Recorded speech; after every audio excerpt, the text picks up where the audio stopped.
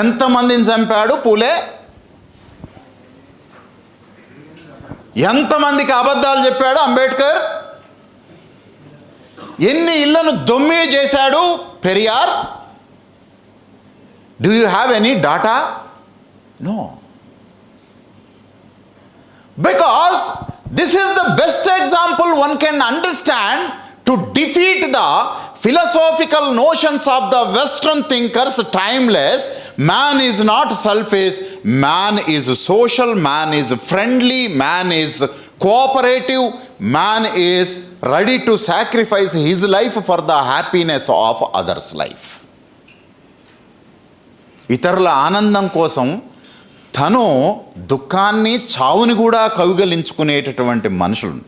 Yes, of course, among the different communities of the India and the throughout the world, in the entire history of the man, there are many people who sacrificed complete their life for the happiness of life of this world.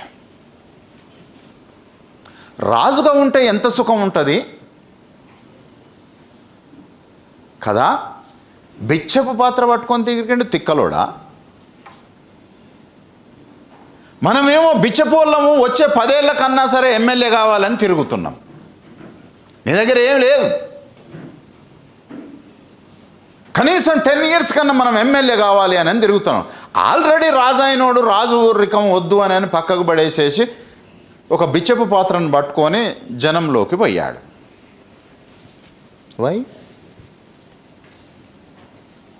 Why he don't want the power? Because many times you people recollect in your mind that politics is power. What is that? Politics is power. Already he has the power. Why he left that power? పల్లీలు తిన్న తర్వాత కాగితం మలిసి అవతల ఇసిరేసినట్టు రాజ్యము రాచరికాన్ని ఒక కాగితం లాగా మనిషి పక్కకి ఇసిరేసి పడేసేసిండు. నీళ్లు తాగిన తర్వాత వాటర్ బాటిల్ని డస్ట్బిన్లో పడేసినట్టుగా పడేసేసిండు. Why?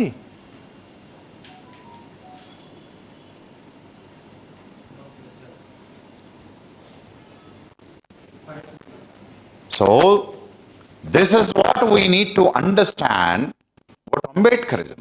Ambedkarism is not just the ideas of Ambedkar. Ambedkarism from Buddha to the Kanshiram is Ambedkarism. The thought process from the ancient to the modern till now. మిత్రుడు ఈ సెషన్ ఆర్గనైజ్ చేసిండు కదా, RTO ఉద్యోగస్తుడు Devaraj. So from Buddha to Devaraj, it is a lineage of our politics. Right?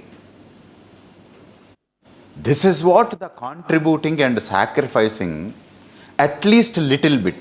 అధికారం వదులుకున్నాడు ఈయన, job వదులుకోలే, కానీ job ద్వారా వచ్చిన దాంట్లో కొంతదాన్ని వదులుకోవటం కొరకు అక్కడ నిలబడటానికి ప్రయత్నం చేస్తాం.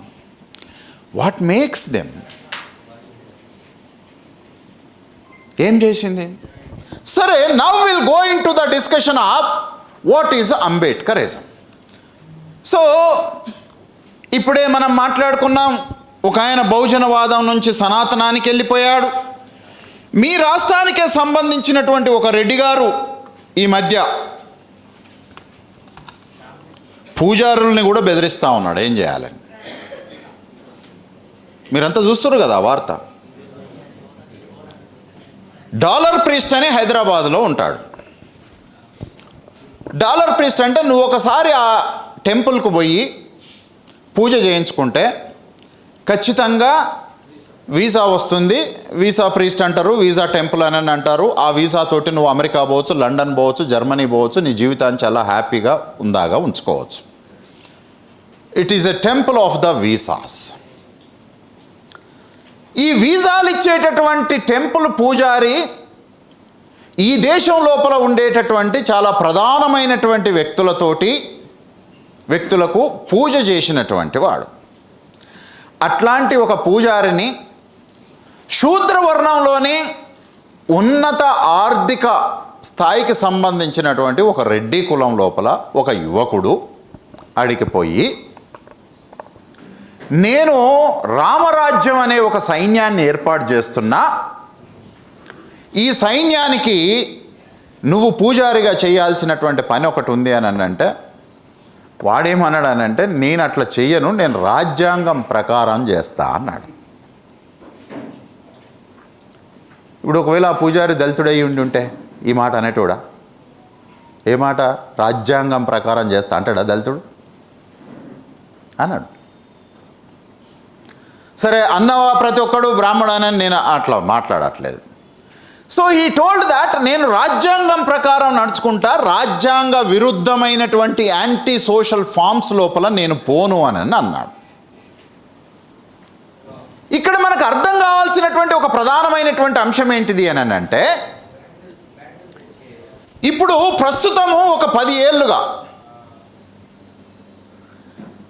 ఈ సమాజాన్ని రాజ్యాంగము వద్దు అని చెప్పితే బాగుండదు. ఎందుకు అనంటే, రాజ్యాంగాన్ని కొద్దిమంది ఒక బైబిల్ లాగా, ఒక ఖురాన్ లాగా, లేదా ఒక సాక్రెడ్ టెక్స్ట్ లాగా చూసేటటువంటి పద్ధతి నడుస్తుంది. కాబట్టి దీన్ని కౌంటర్ చేయాలి అని అంటే, సామాన్యమైనటువంటి వ్యక్తులు కాకుండా మతం పునాదిగా కేంద్రంగా చేసే వాళ్ళకు లెజిటిమసీ ఉంటుంది దాన్ని క్రిటిసైజ్ చేయడానికి. మీరు నేను రాజ్యాంగం పనికి మాలినది అది అని అన్నాం అనుకో, ప్రతి ఒక్కడు అటాక్ చేస్తాడు. కానీ మతం పునాదిగా నువ్వు రాజ్యాంగాన్ని అటాక్ చేయటానికి ఒక లెజిటిమైజేషన్ వస్తుంది. అంటే సామాన్య జనము, మతాన్ని నమ్మే వాళ్ళు కూడా అవునులే ఇట్లాంటి రాజ్యాంగం ఎందుకు అని అంటారు. మిత్రులారా, మీరు చూడండి, రాజ్యాంగం పైన దాడి ఇవాళ కొత్తది కాదు. రాజ్యాంగం ఏర్పాటు చేసే క్రమం లోపల కూడా ఇట్లాంటి రాజ్యాంగం వద్దు అని అనేక మంది ప్రయత్నం చేశారు. రాజ్యాంగం వచ్చిన తర్వాత ఈ రాజ్యాంగం వద్దు అని చేశారు. 1970ల తర్వాత ఇంకొద్ది మంది కూడా ఈ రాజ్యాంగం వద్దు అని చెప్పి దాడి చేశారు. మొత్తంగా రాజ్యాంగం వద్దు అనేటటువంటి వాళ్ళు 2 రకాలు.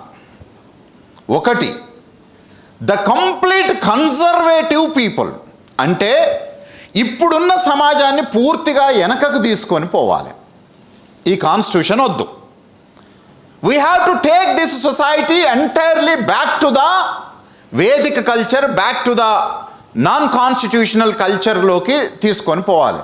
We simply call them as rightist, orthodox, conservative అని అంటాం. రైటిస్టులు, ఆర్థోడాక్స్లు, కన్జర్వేటివ్స్ అనే పదాలని వాళ్ళకు వాడతాం. రెండవ రకమైనటువంటి వాళ్ళు లెఫ్టిస్టులు. లెఫ్టిస్టులు అని అంటే కమ్యూనిస్టులు, లేదా కమ్యూనిజం లాంటి సామ్యవాదపు చిక్కనైనటువంటి సామ్యవాదపు భావజాలం, సోషలిజం భావజాలం ఉండేవాళ్ళు, వాళ్ళు కూడా ఈ రాజ్యాంగాన్ని యాక్సెప్ట్ చేయరు.